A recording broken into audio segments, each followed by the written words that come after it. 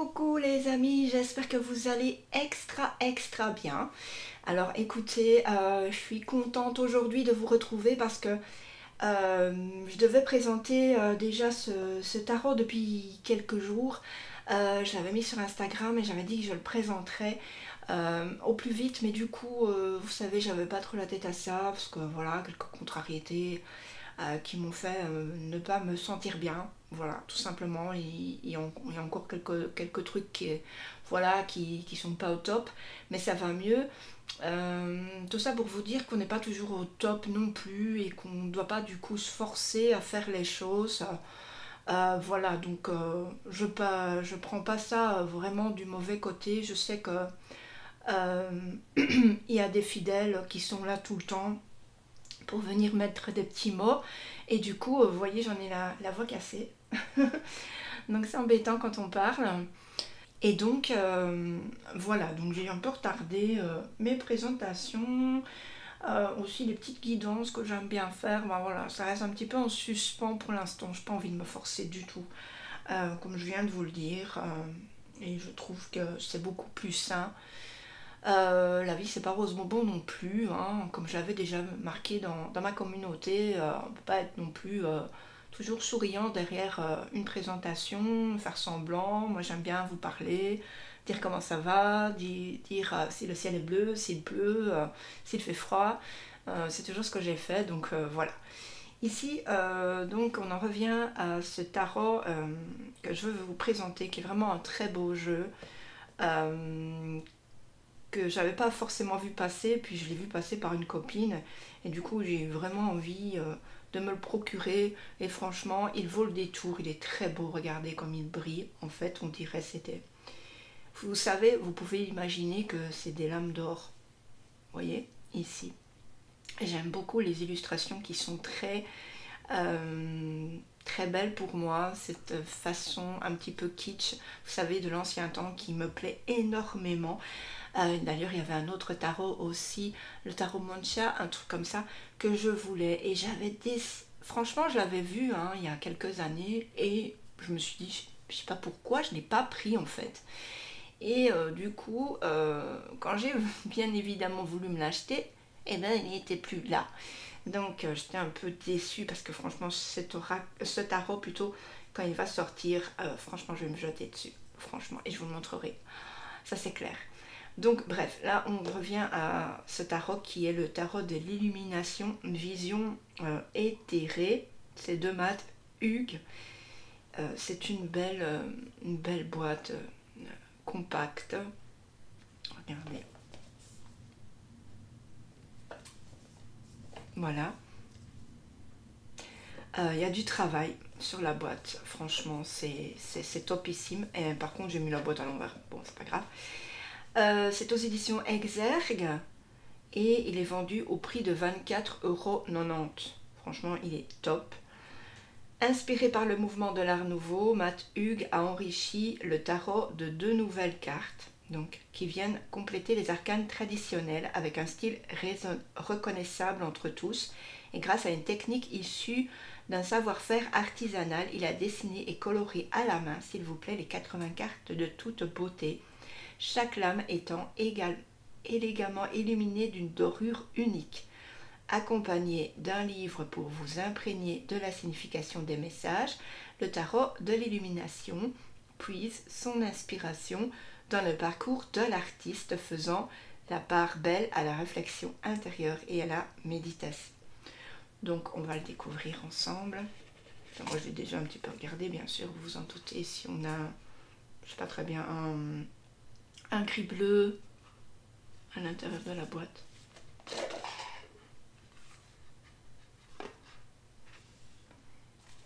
Alors, on va d'abord regarder déjà le petit livret pour pas tout mélanger.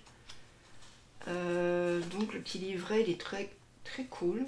Donc c'est vraiment du beau carton. C'est pas léger. Alors il y a une petite dédicace en premier lieu ici. Hein. On a le sommaire. Si vous avez été sur Instagram, vous avez certainement vu le sommaire. Donc on a les arcanes majeur. Et donc il y a 2 cartes en plus qui seront le puits et l'artiste. Ensuite les coupes pour les mineurs, pentacle, épée et bâton. Là on reste vraiment dans les mineurs normales, parce que vous savez que certains tarots ont des mineurs où on a changé le nom, et voilà. Ensuite, à propos de l'artiste, remerciements et puis des notes. Donc ici, j'aime beaucoup cet effet, vous savez, même ici, on peut un peu écrire des choses, on peut même dessiner un truc. Enfin bref, c'est vraiment vous qui décidez. On a l'introduction, voilà. On nous dit que le tarot, il va avoir le jour au 15e siècle, si je ne me trompe pas. J'essaye vraiment de cohabiter avec les chiffres romains, donc voilà, sous forme d'un simple jeu de cartes divisé en 4 suites. Donc au fil des années, il évolue pour se transformer en outil de méditation, de réflexion intérieure et de divination. Voilà, donc ici on va nous parler des majeurs, des arcanes mineurs. Donc on va nous dire c'est quoi des arcanes majeurs? Si vous vous posez la question, bien, ce sont les arcanes majeurs atouts qui vont constituer le fondement du jeu et retracer le voyage du fou par exemple. Le périple reflète l'histoire de la conscience spirituelle racontée à travers l'imagerie des lames. Voilà. Et donc après, on a le fou, donc la correspondance astrologique. Ici, ça sera par exemple Uranus.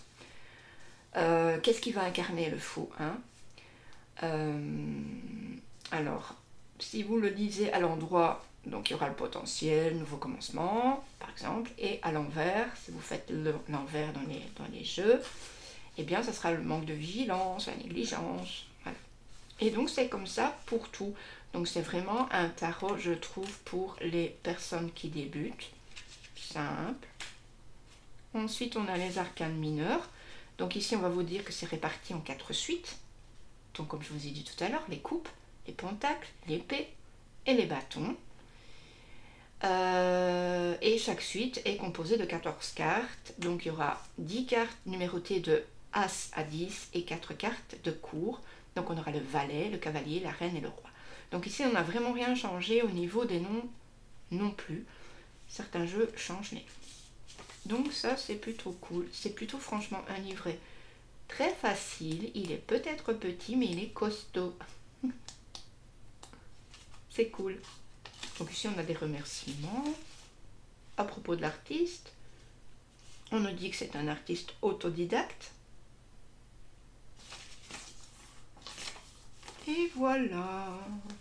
Alors, maintenant, on va regarder les cartes. Donc déjà, moi, j'aime trop ce travail juste blanc. Parce que s'il aurait voulu, il aurait pu mettre une dorure pour faire vraiment encore plus. Mais non, il a préféré rester dans le neutre. Et moi, je trouve ça génial. Parce que ça fait trop ressortir vraiment la beauté des cartes. C'est ça que j'aime bien. Bon, alors maintenant le dos, voilà. J'aime bien, voilà. Par contre, bien sûr, on peut faire inverser, donc ça c'est cool. C'est vraiment bien travaillé pour qu'on puisse faire inverser.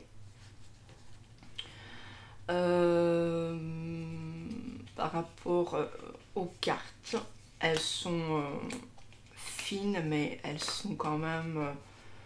voilà quoi, elles sont pas dans un carton super léger, elles sont quand même entre léger et grosses. Donc du coup, faites quand même attention, ne battez pas vos cartes n'importe comment. De toute façon, ça c'est pour n'importe quel jeu, hein. Ça peut être n'importe quel jeu qui peut avoir des grosses cartes. Si vous les battez n'importe comment, à un moment, vous allez peut-être user une carte ou n'importe quoi. Moi j'ai déjà eu des jeux où, sans faire exprès, ben voilà, ça se décollait un peu au niveau de la carte, ben, c'est la vie quoi. Mais sinon faites attention, mais elles sont assez sympas. Elles reviennent bien, regardez. Alors elles sont dans un, comment dire, dans un beau mat, ici. elle brille pas presque rien, quoi. Donc voilà, bref, je sais pas. Au niveau de la grandeur, ben voilà, elles sont comme ça. Elles sont un peu hautes. Et moi j'aime bien, quoi.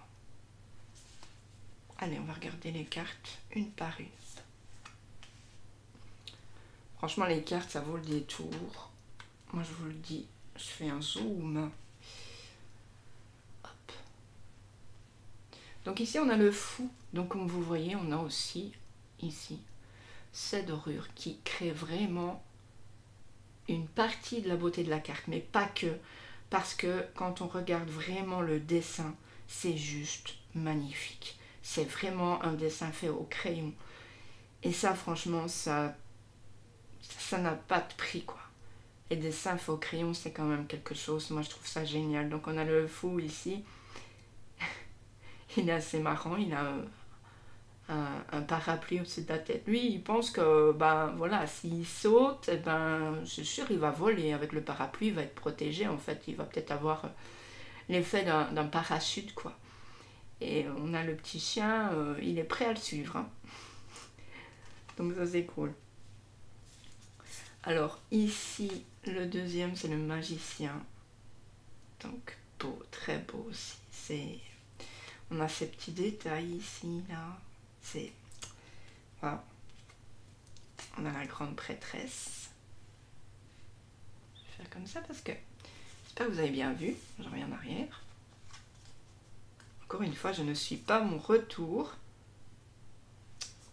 Tapez sur les mains, hein. Alors, l'impératrice, regardez. Quelle beauté! Quelle beauté! Je suis fan de ce jeu, franchement. L'empereur. Regardez. Wow. Franchement, c'est un tarot. Quand on est collectionneuse, en fait, hein, mais c'est vraiment un tarot qu'il faut posséder dans sa collection. On peut pas faire autrement, quoi, c'est trop beau. Donc ça, c'est l'hiérophante. Ah, regardez les amoureux. Ça, c'est superbe. Ouais, il me fait penser beaucoup au tarot Muncha. Je sais pas si je le dis bien, mais ça me fait vraiment penser à ce jeu-là. Donc quand je l'ai vu, en fait, j'ai eu cette envie de l'avoir parce qu'il me faisait tellement penser à ce tarot que je me suis dit, franchement, si je ne l'ai pas tout de suite, au moins j'aurai un beau tarot dans mon jeu, dans ma collection. On a le chariot. C'est trop beau. Regardez la force, forcément, hein, forcément que ça pouvait être avec le lion, comme toujours, superbe. La force est le symbole ici de l'infini. Je veux dire qu'on ne tombe jamais. Pour moi, en fait, la force, c'est comme un renouvellement, en fait. On peut avoir des moments où on n'est pas bien, on peut tomber, on peut avoir des moments de crainte, de doute, ce genre de choses, mais on doit toujours se dire que ça ne va pas rester sur place, qu'à un moment, ça va bouger. Même si ça prend le temps, ça va bouger. Donc, il faut rester toujours confiant. Même si à cet instant-là, on n'a pas forcément cette idée en tête. Mais après, quand on réfléchit avec le recul, ben, on se dit ça. Alors, on a l'ermite. Vous voyez aussi, on a une police d'écriture assez spéciale. La seule chose qui me dérange dans cette police d'écriture, en fait, c'est le T. C'est le T et peut-être le B. Voilà.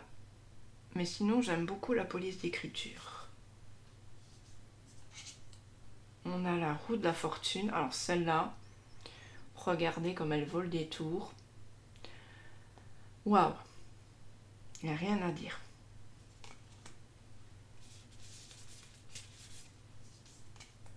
On a la justice.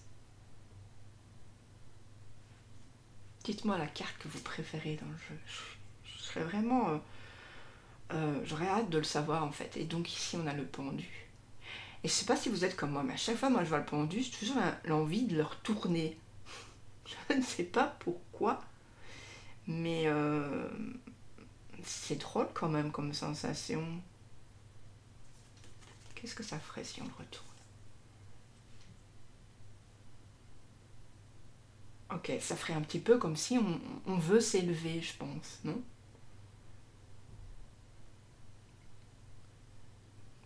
Qu'on a envie, on est tenu par par quelque chose, mais qu'on veut s'en défaire. Voilà, je sais pas. Alors, donc ici on a la mort qui est assez spectaculaire, assez théâtrale, je trouve vraiment. C'est vraiment digne d'un, vous savez, d'un théâtre un petit peu dramatique. On a cette dame qui est là, la main sur son front, qui est désespérée, qui pleure. Pourtant, la mort, la carte de la mort n'est pas force, enfin, c'est pas la mort physique, hein.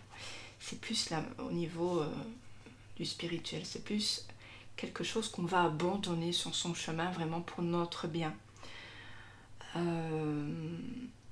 Au début, moi j'avais vraiment peur de cette carte, c'est vrai, mais au fur et à mesure que j'allais voir Claire de la Lune, hein, cette personne que j'ai, c'est vraiment une personne que j'adore, mais que je kiffe de ouf, chez qui j'ai été voir mes premières reviews d'Oracle pour vraiment savoir si je voulais ce jeu ou si je le voulais pas, parce qu'elle fait tellement elle nous invite à comprendre si on a envie d'avoir ce jeu ou pas, qu'est-ce qu'on peut en faire, qu'est-ce qu'on peut travailler, enfin bref. Et à chaque fois, Claire, elle dit que la mort, c'est pas une carte qui doit faire peur, en fait, c'est une carte vraiment de renouvellement, de fin de cycle, euh, ouais, d'évolution, en fait. Hein. Alors ici, on a la tempérance. Superbe. Superbe. Alors, bon, on a le... Moi, j'aime pas le dire. J'aime pas dire ce mot. Bref, vous verrez bien, vous lisez. Ici, voilà, c'est pas ma carte préférée.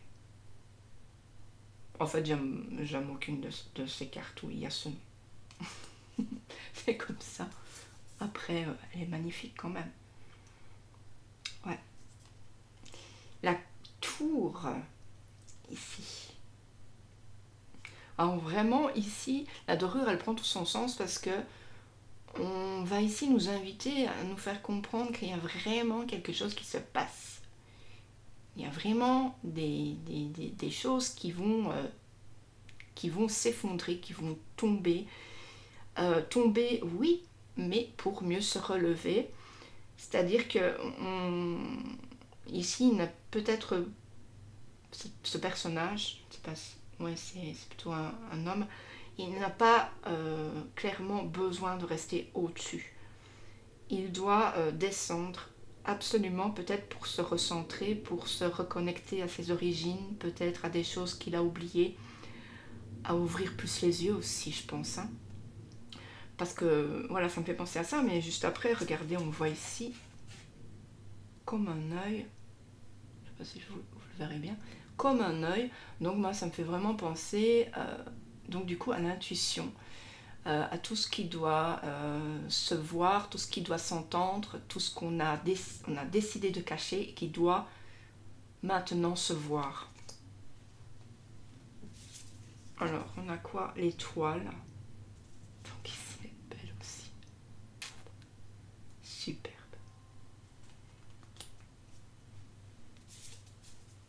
Alors, la lune. Ah, la lune, elle est trop, hein, quand même. Après, j'adore ce bleu. Hibé. Le soleil.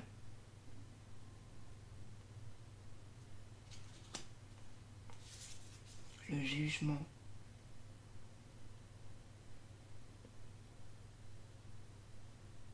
Le jugement aussi, je pense que c'est tout ce qu'on peut faire sur cette terre qui pourra nous élever en fait. Se dire, ben aujourd'hui, voilà, enfin aujourd'hui et tous les autres jours, je vais faire vraiment le bien autour de moi, je vais vraiment essayer de changer certains aspects de ma vie qui sont assez peut-être néfastes, égoïstes aussi.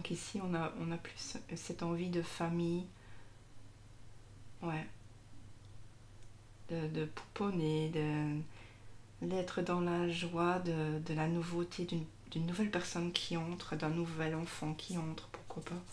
Je sais pas, je dis ça comme ça, vous savez. Moi j'aime bien partager avec vous un petit peu tout ce qui me vient.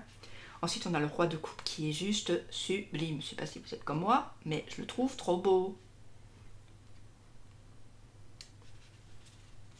La reine de coupe, trop jolie aussi. Avec ici les hippocampes.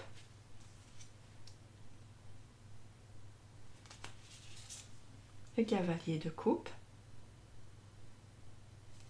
Et puis le valet de coupe. Superbe. Franchement, je sais pas combien de temps va durer ma vidéo, mais c'est abusé. Alors, je sais même pas si je suis dans le bon sens, hein, donc si je suis pas dans le bon sens, pardonnez-moi. Alors, donc là, maintenant, je suis au pentacle. Donc, j'ai aussi mélangé. Allez, c'est pas grave. On va les retrouver. En plus, vous entendez? C'est vraiment doux. Doux en même temps en relief. C'est une tuerie ce jeu, je vous le dis. Donc ici, on a le l'as de pentacle. Alors ensuite, le 2 de pentacle. Le 3. Alors ici, par exemple, on est sur une envie de créer quelque chose. On a des feuilles, peut-être des plans. Et on est en train de cogiter à plusieurs. Il y a besoin... Il y a une communauté autour de vous, quelque chose, des amis proches, et vous avez envie de créer un truc. En tout cas, il pourrait vous aider. Le 4 de pentacle. Le 5. Bon, ici, on est vraiment sur l'abandon, sur vraiment la protection. Le 6. Le 7.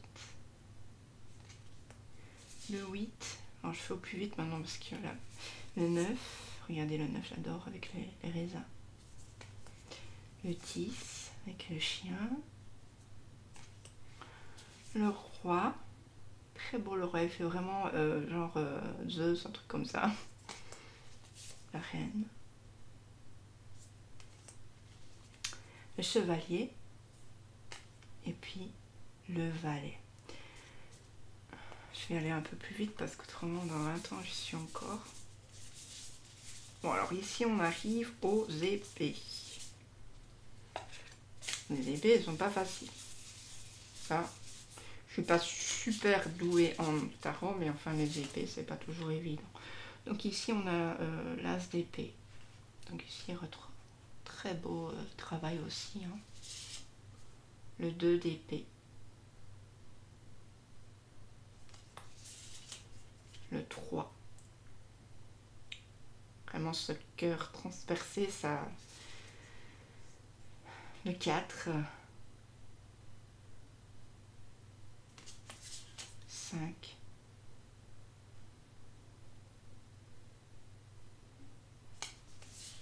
Le 6. Ici, c'est vraiment quelqu'un qui est dans un bateau et qui va partir, qui peut-être un changement, quelque chose de nouveau. Il a peut-être envie d'aller ailleurs et il décide de s'en aller, voilà. Le 7. Et ici, on a l'impression vraiment qu'il cache d'autres armes, en fait. Il montre ce qu'il a, mais il en a d'autres sous le manteau. Donc, attention. Le 8.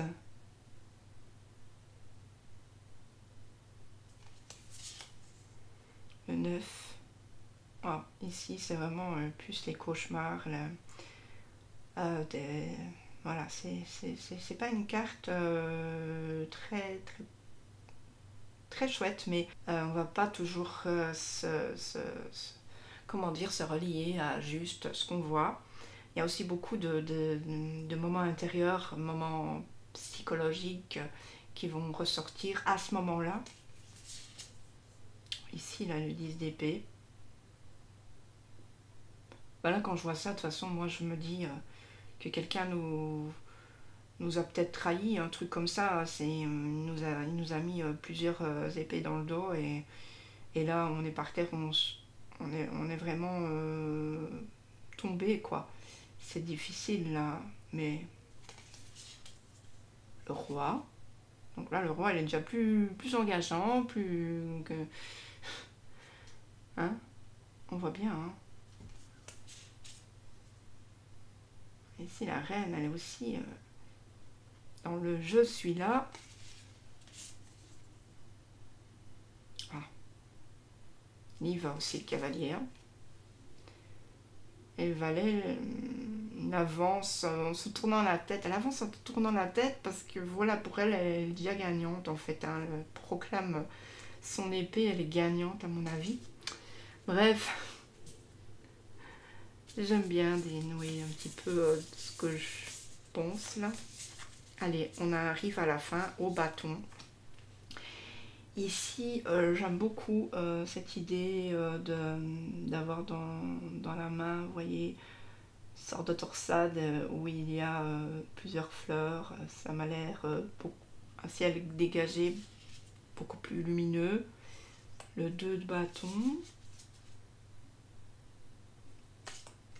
Le 3, le 4, c'est juste sublime, le 5. Donc ici on a quoi? On a plusieurs personnages qui partent, hein. Ils ont envie peut-être de régler quelque chose, de ne plus rester en place et d'avancer. 6 de bâton, superbe, j'adore le cheval. Le 7 de bâton. C'est abusé les avions, à chaque fois je fais une vidéo quoi. Le 8 ici il est juste... comment dire, on peut dire neutre, voilà. Donc des bâtons avec vraiment des pouces. Donc je pense vraiment... Pour moi qu'il y a beaucoup d'espoir au niveau de cette carte, de ces bâtons. Ça veut dire qu'il va avoir une nouveauté. Le 9. Le 10. Trop beau le 10. Le roi. Alors la reine. Donc ici on a un lézard, ici on a un chat. Et puis des lions. Alors le cavalier. Et ensuite le valet de bâton. Donc du coup ça aura fait quelques minutes, presque 36 minutes pour vous montrer ce magnifique jeu que je trouve trop beau. Il fallait vraiment que je vous montre. Voilà, ben dites-moi ce que vous en avez pensé, laissez-moi un petit